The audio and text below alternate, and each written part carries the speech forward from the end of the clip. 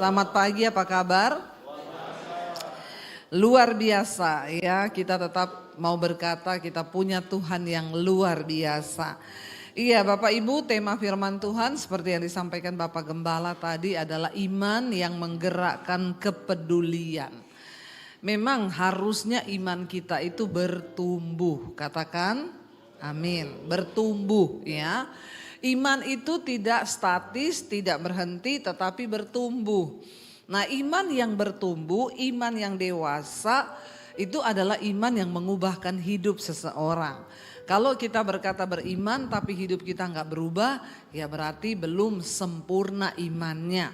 Ya, nah hari ini kita belajar tentang iman yang menggerakkan kepedulian. Harusnya orang Kristen yang sudah bertumbuh dalam iman, dia punya rasa kepedulian yang tinggi ya. Jadi tidak masa bodoh. Kalau ada orang berkata Kristen tapi hidupnya masa bodoh, jadi suami masa bodoh, jadi istri masa bodoh, jadi anak masa bodoh. Lah ini saudara perlu ya dibaptis ulang 15 menit. Direndam agak lama. Ya, biar buka mata langsung di rumah Bapa di sorga. Jadi kita perlu introspeksi diri. Hari ini iman kita itu menggerakkan sesuatu enggak dalam hidup kita? Terutama menggerakkan kepedulian. Kita baca bersama Galatia pasal yang ke-6 Saudara. Kalau kita lihat di sana ya judul perikopnya saling membantulah kamu. Ayat yang pertama firman Tuhan berkata kita baca bersama saudara ya supaya baca Alkitab juga. 1, 2, 3. Saudara-saudara kalaupun seorang kedapatan melakukan suatu pelanggaran, maka kamu yang rohani harus memimpin orang itu ke jalan yang benar dalam roh lemah lembut sambil menjaga dirimu sendiri supaya kamu juga jangan kena pencobaan.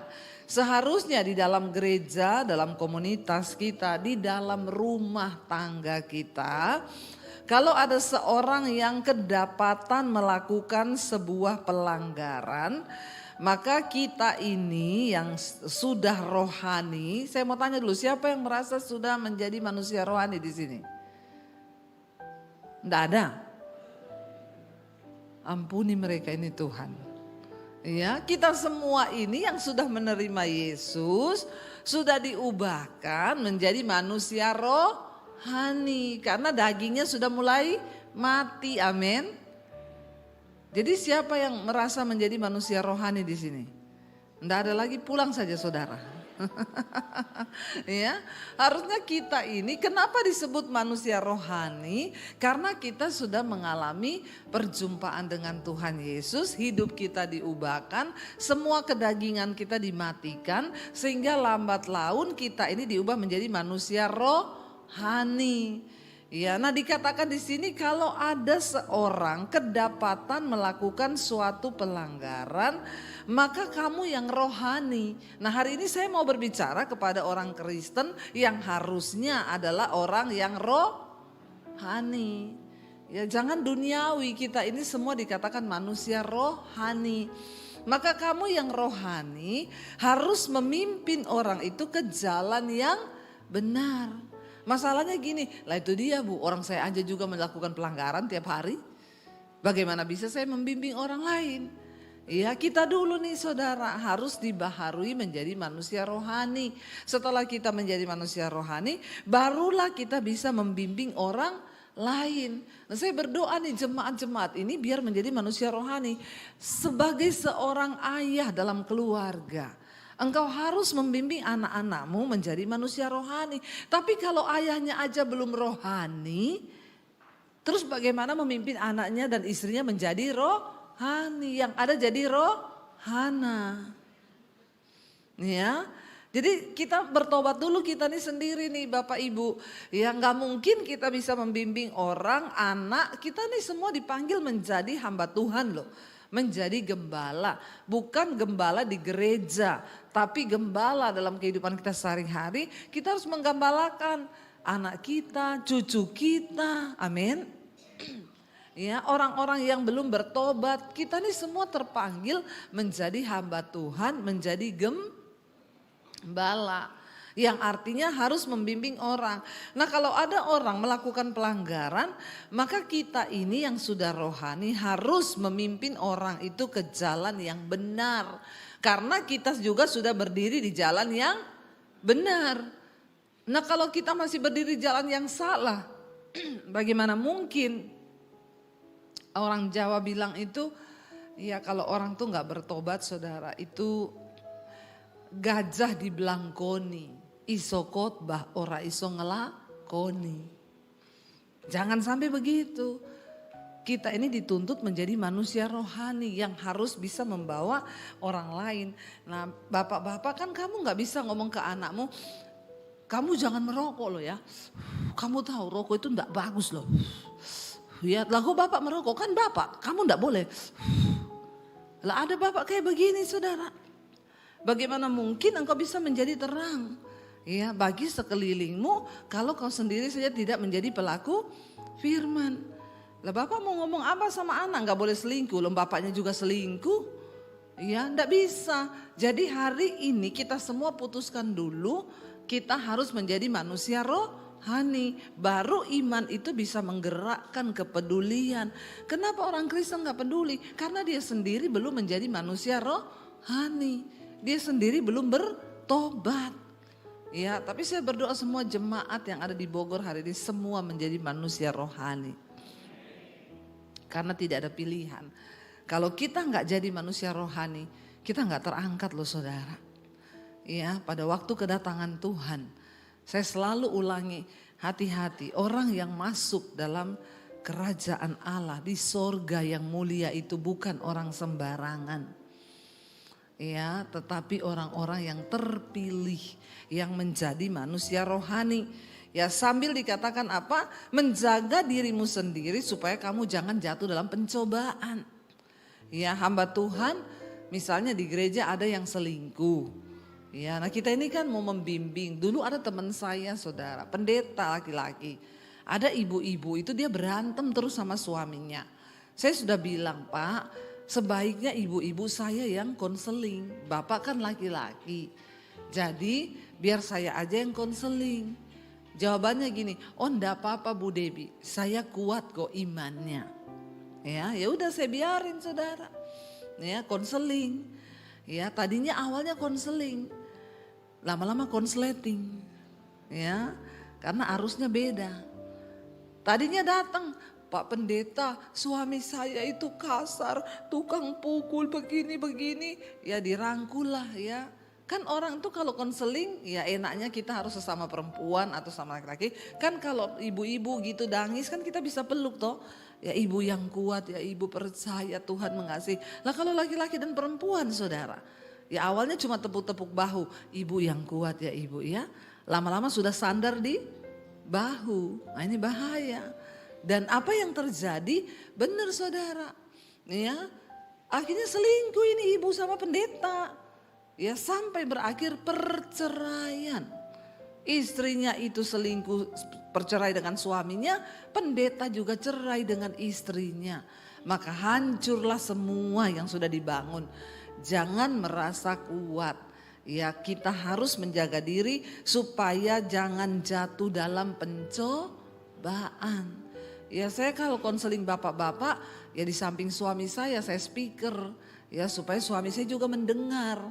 Ya karena saudara hati-hati sekarang ini tuh bahaya. Jadi kita harus menuntun orang sambil menjaga diri kita supaya jangan kena pencobaan. Ayat yang kedua dikatakan bertolong-tolonglah menanggung bebanmu. Demikianlah kamu memenuhi hukum Kristus. Jadi untuk memenuhi hukum Kristus itu tidak ada cara lain. Kita ini harus sambil bertolongan. Kalau ada saudaramu yang berkesusahan, maka kita wajib membantu.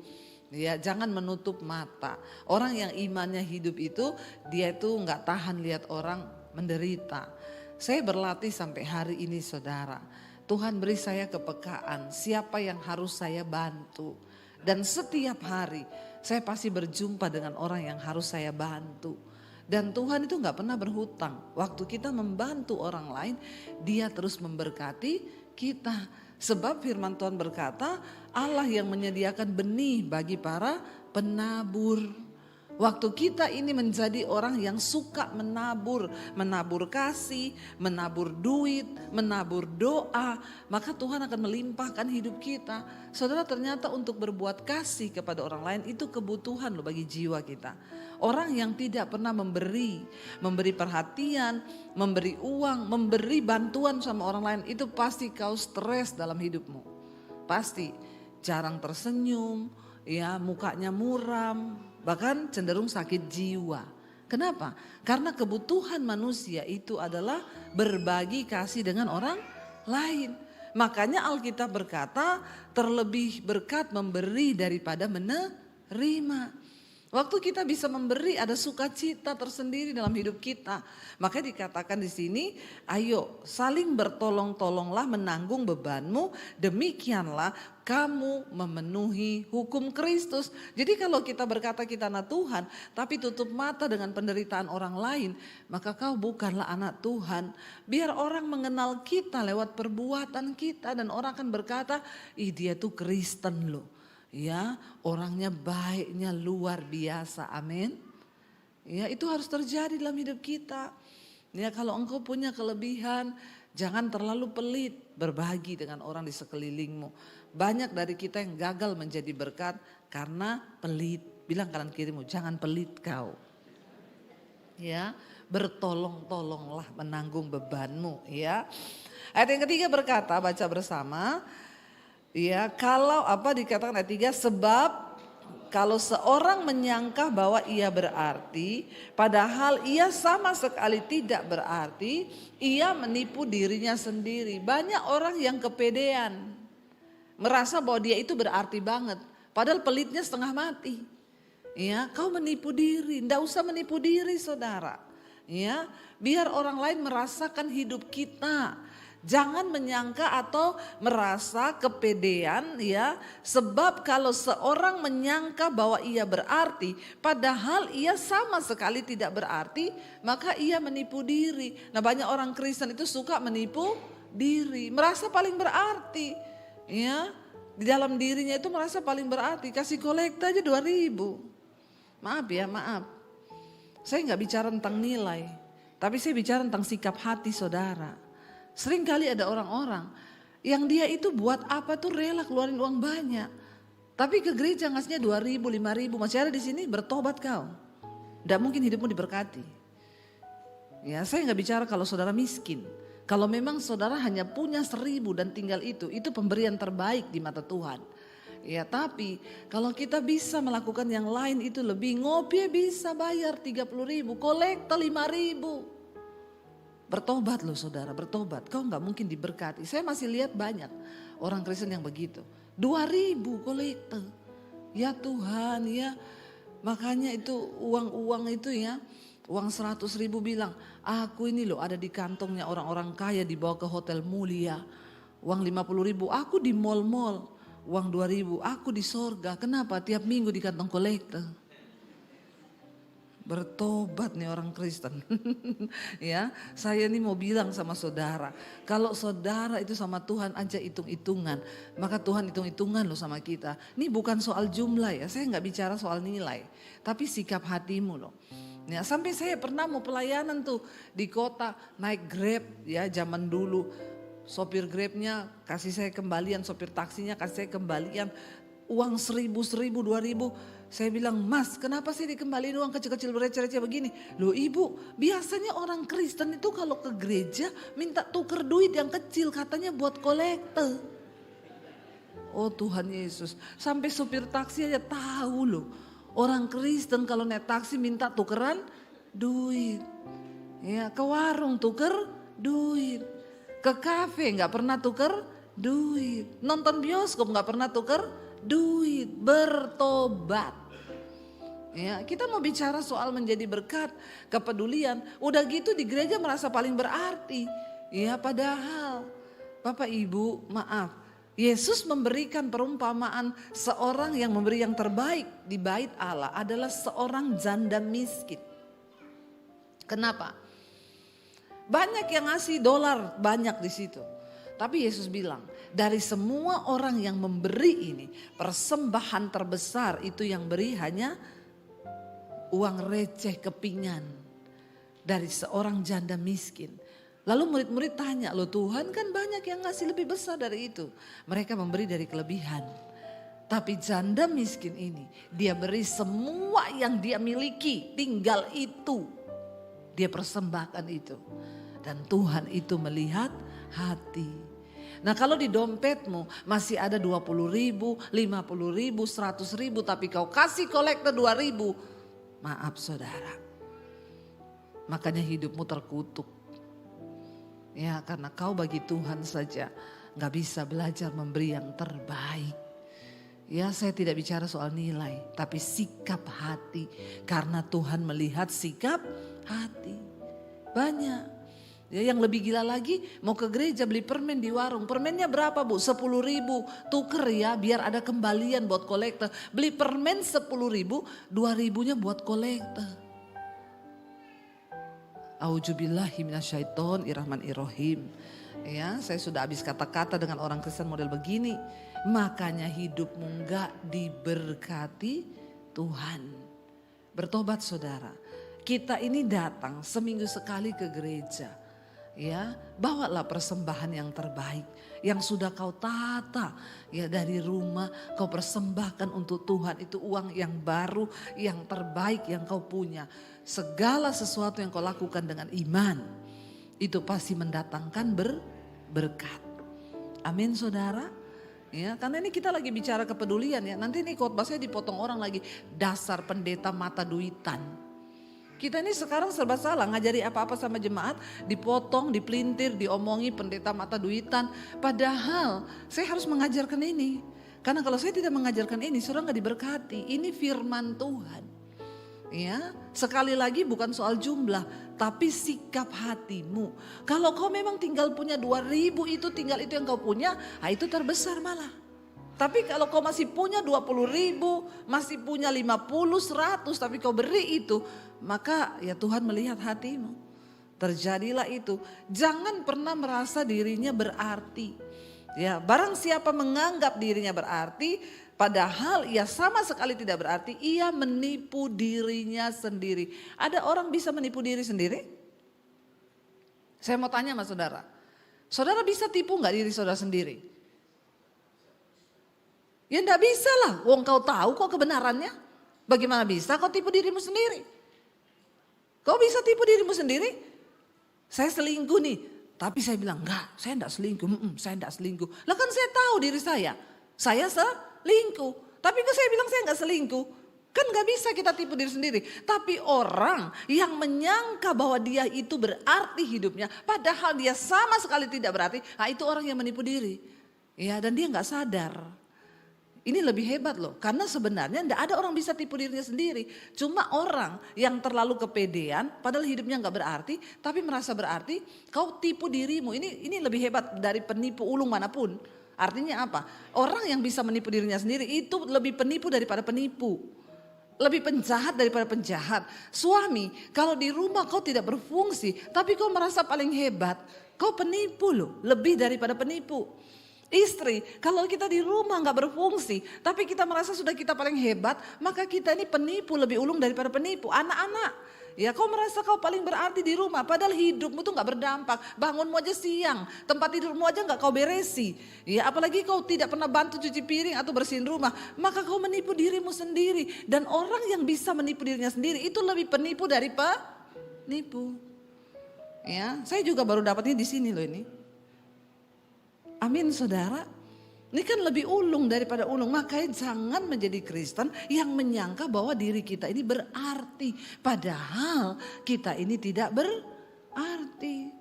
Ada suami yang merasa sudah hebat sekali karena kasih gaji uang istrinya itu. Saya kasih dia sebulan 5 juta. Terus kau merasa berarti gitu? Ya, karena tidak semua bisa diukur dari uang saja. Berfungsi enggak engkau sebagai suami dalam keluarga? Bahwa anak-anakmu datang pada Tuhan. Bahwa istrimu datang kepada Tuhan. Karena itu tanggung jawab sebagai seorang suami. Ayat yang keempat berkata saudara. Nah ini penting. Baca bersama-sama dengan suara yang keras. Baiklah tiap-tiap orang menguji pekerjaannya sendiri, maka ia boleh bermegah melihat keadaannya sendiri dan bukan melihat keadaan orang lain. Uji dirimu saudara, uji pekerjaanmu. Artinya apa? Coba introspeksi. Ini kata sederhananya apa? Baiklah tiap-tiap orang introspeksi diri. Ya, uji pekerjaanmu sendiri. Aku ini sebagai istri, ya apa ya dampakku di dalam rumah ini? Apakah aku menjadi istri yang berdampak bagi suami dan anak-anakku? Sebagai seorang suami, kau perlu introspeksi diri. Ya ini orang Kristen yang benar. Ya apakah aku ini di rumah ini berarti sampai di mana dampakku, pekerjaanku, uji hidupmu sendiri dikatakan tadi di sana. Ya tiap-tiap orang baiklah menguji pekerjaannya sendiri supaya dia boleh bermegah. Kalau kau temui, oh aku ini ternyata selama ini sudah menjadi suami yang bertanggung jawab, menjadi istri yang lalu kau bermegah, terima kasih Tuhan. Kalaupun aku dipanggil pulang, ya aku dalam keadaan sudah siap karena aku ini menjadi orang yang sudah berarti bagi keluargaku. Supaya kau boleh bermegah, tidak kepedean kayak tadi, merasa diri berarti padahal tidak berarti. Ya itu loh maksud ayat ini. Mari kita semua introspeksi diri. Sebagai anak ya introspeksi diri. Apakah kau itu berarti dalam keluarga atau jadi anak yang cuma menyusahkan orang tua. Ya mari kita semua bermegah atas apa yang kita lakukan. Ayat yang kelima, sebab apa? Tiap-tiap orang akan memikul tanggungannya sendiri. Dengan kata yang lebih sederhana firman Tuhan berkata, sebab semua orang akan mendapat upahnya masing-masing. Kalau kau menjadi istri yang baik, maka kau akan terima upah dari Tuhan, itu juga yang baik. Kalau kau menjadi anak yang baik, itu berguna bagi masa depanmu sendiri anak-anak. Kenapa orang tua tuh selalu bilang bangun pagi, kerja, kamu harus begini. Bukan untuk hanya kebaikan orang tuamu, tapi supaya di kedepan hari kau menjadi anak yang berarti, hidupmu berubah, masa depanmu juga baik. Ya. Itu karena engkau dikatakan tiap-tiap orang akan menerima upahnya sendiri. Pada akhirnya apa yang kita tabur itu yang akan kita tuai. Kalau kita menabur kebaikan maka kita sendirilah yang akan menuai kebaikan. Tapi kalau kita nggak pernah menjadi orang yang berarti maka kita juga akan menerima upahnya saudara. Ayat yang berikutnya, ayat yang ke-6 baca bersama. Dan baiklah dia yang menerima pengajaran dalam firman, membagi segala sesuatu yang ada padanya dengan orang yang memberikan pengajaran itu. Nah, ini maksudnya apa? Kalau saudara menerima pengajaran firman dari hamba Tuhan dan saudara merasa diberkati, ya jangan lupa saudara berkati hamba Tuhan itu. Berkati orang yang sudah mengajarkan engkau firman. Ya, saya tidak suruh saudara memberkati saya, tidak usah. Ya, berkati hamba-hamba Tuhan yang ada di tempat ini. Ya, saya pun mengucap syukur saudara. Jadi jangan iri kalau melihat ada hamba Tuhan diberkati. Karena memang firman Tuhan mengajarkan demikian. Ya, jangan bilang Ibu Debbie itu enak ya. Kemana-mana kok ya gini ya, kok kemana-mana ya jangan heran. Ya saya pergi ke luar negeri ada yang bayari tiket, sampai sana ada yang siapin fasilitas, ada yang ngajak makan. Kenapa? Mereka berkata, Bu, kami ini mengalami perubahan hidup karena firman Tuhan yang Ibu ajarkan. Jadi kami rindu untuk berbagi. Ya memang seperti itu firman Tuhan bilang. Karena ini Alkitab yang suruh. Ini ayat gak saya pilih ya. Ini ayat dari gereja hari ini. Yang ngasih Pak Kondrat. Ya dikatakan di sana ya. Dan baiklah dia yang menerima pengajaran dalam firman. Membagi segala sesuatu yang ada padanya. Dengan orang yang memberikan pengajaran itu saudara. Ya, saya bersyukur banyak orang memperhatikan saya, orang-orang yang mengerti kebenaran. yang tahu firman Tuhan. Ya, yang ibu, ya saya pengen berbagi dengan ibu. Saya saudara kalau siaran di mesbah doa, saya batuk saja. Besok udah datang vitamin dari Australia, dari Amerika, dikirim ke rumah. Sudah datang madu, ibu ndak boleh sakit ya, ibu harus tetap sehat. Minum ini, minum ini. Saya bilang lama-lama saya buka apotik ini. Tapi puji Tuhan, berarti jemaat mengerti firman Tuhan.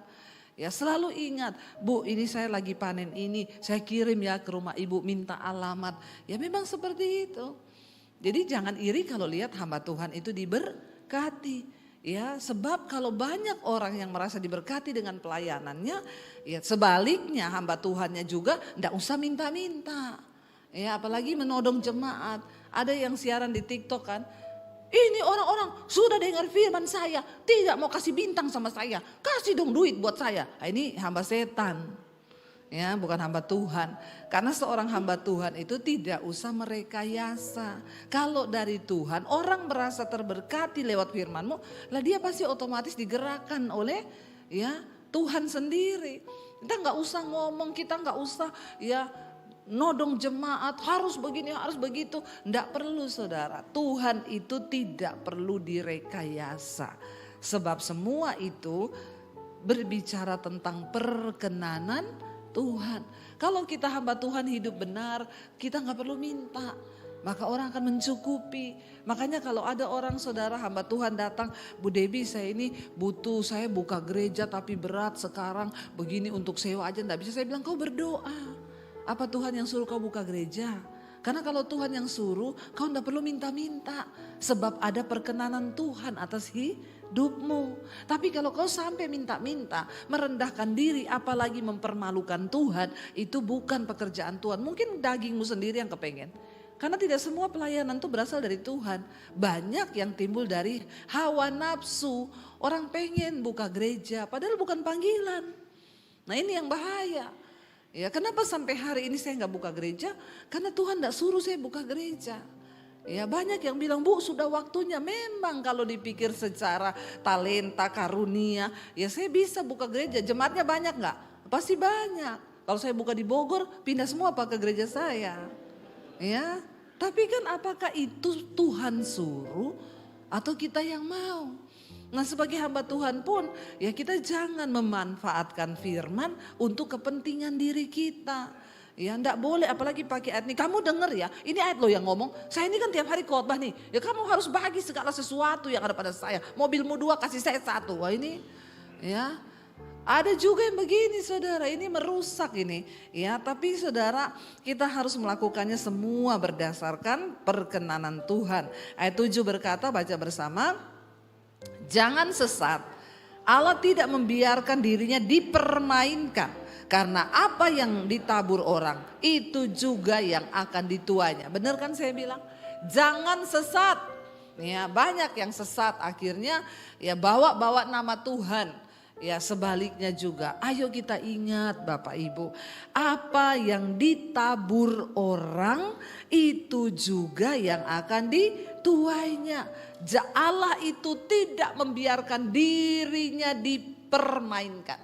Sekarang banyak orang memakai-makai nama Tuhan untuk mempermainkan nama Tuhan. Hati-hati ya, ini sesat dan Tuhan itu tidak berdiam diri loh.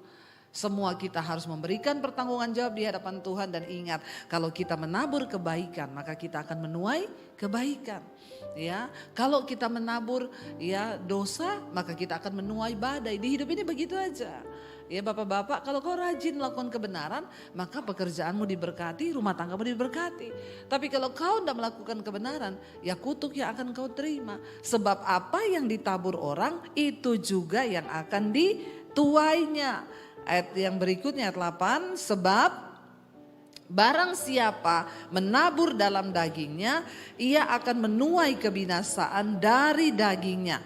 Tetapi barang siapa menabur dalam roh, ia akan menuai hidup yang kekal dari roh itu. Hati-hati, orang yang terus hidup melakukan keinginan daging, kebinasaan ujungnya. Kematian kekal, kebinasaan. Tetapi kalau kita melakukan sesuatu dari roh yang baik, ya Karena kita tahu keinginan daging itu percabulan, kenajisan, hawa nafsu, iri hati, kebencian, dendam, amarah, pertikaian, percederaan, roh pemecah belah. Semua rupa-rupa kejahatan ada dalam daging kita. Sebaliknya buah roh itu apa? Kasih, sukacita, damai, sejahtera, kebaikan, kemurahan, kelemah lembutan, penguasaan diri, kesabaran. Tidak ada hukum yang menentang hal itu. Nah, kalau kita melakukan hal-hal yang dari roh ini, maka kita akan menuai hidup yang kekal dari roh itu. Tapi kalau kita tiap hari melakukan keinginan daging, maka kebinasaanlah yang akan kita dapatkan, ya. Ayat yang ke-9 baca bersama.